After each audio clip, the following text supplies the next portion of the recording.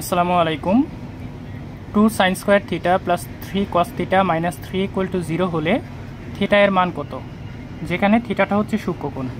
Option ক 60 degree, option ক হচ্ছে 0 ডিগ্রি, অপশন গ হচ্ছে 30 ডিগ্রি, অপশন গ হচ্ছে 45 ডিগ্রি। তাহলে এখানে দেয়া আছে 2 sin স্কয়ার থিটা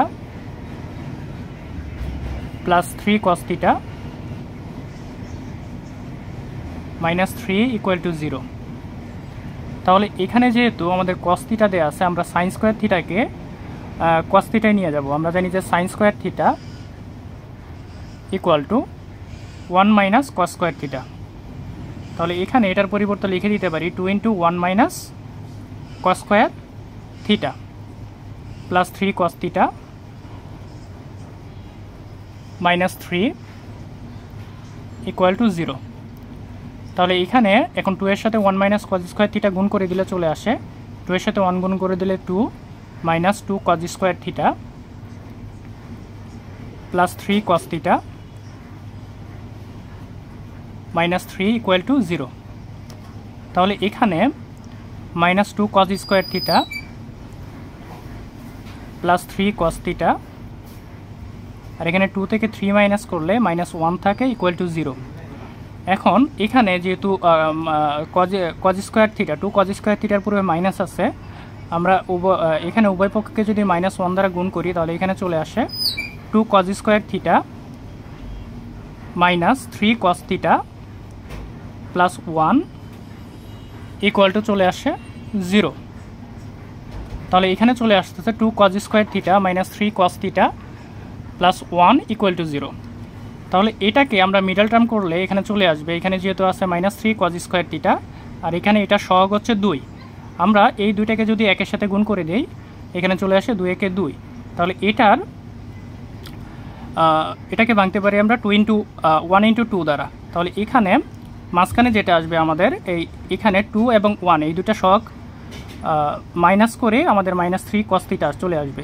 তাহলে এখানে 2 cos স্কয়ার থিটা, এখানে যেহেতু একবার 2 আসছে একবার 1 আসছে, আমরা এটাকে দিই মাইনাস 2 cos থিটা আর এখানে minus cos theta plus 1 equal to 0। তাহলে এখান থেকে 2 cos square theta minus 2 cos theta, এখান থেকে 2 cos থিটা কমন নেওয়া যায়। তাহলে এখানে থাকে হচ্ছে cos থিটা মাইনাস 1 আর এখান থেকে মাইনাস 1 কমন নিলে এটা cos থিটা প্লাসে মাইনাসে মাইনাস 1 থাকে ইকুয়াল টু 0। তাহলে এটাকে আমরা লিখতে পারি এখানে cos theta minus 1 cos theta minus 1 দুইটা থেকে আমরা একটা লিখতে পারি, এখানে লিখতে পারি cos থিটা মাইনাস 1 ইন্টু আর এখান থেকে 2 cos theta minus 1 into 2 cos theta minus 1 equal to হচ্ছে 0। তাহলে এখন এটাকে লিখে দিতে পারি যে cos theta minus 1 equal to হচ্ছে 0 বা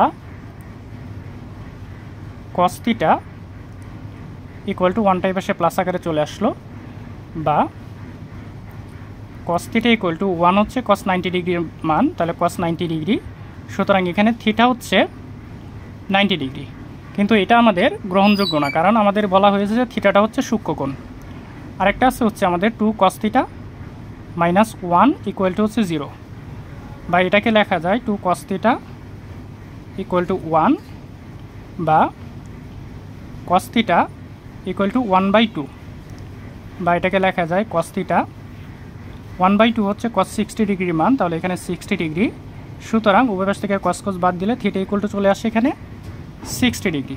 তাহলে 60 ডিগ্রি হচ্ছে সূক্ষ্মকোণ, তাহলে 60 ডিগ্রিটাই হচ্ছে আমাদের উত্তর। এই উত্তরটা আছে আমাদের অপশন কতে, তাহলে অপশন কটাই হচ্ছে সঠিক উত্তর। ধন্যবাদ।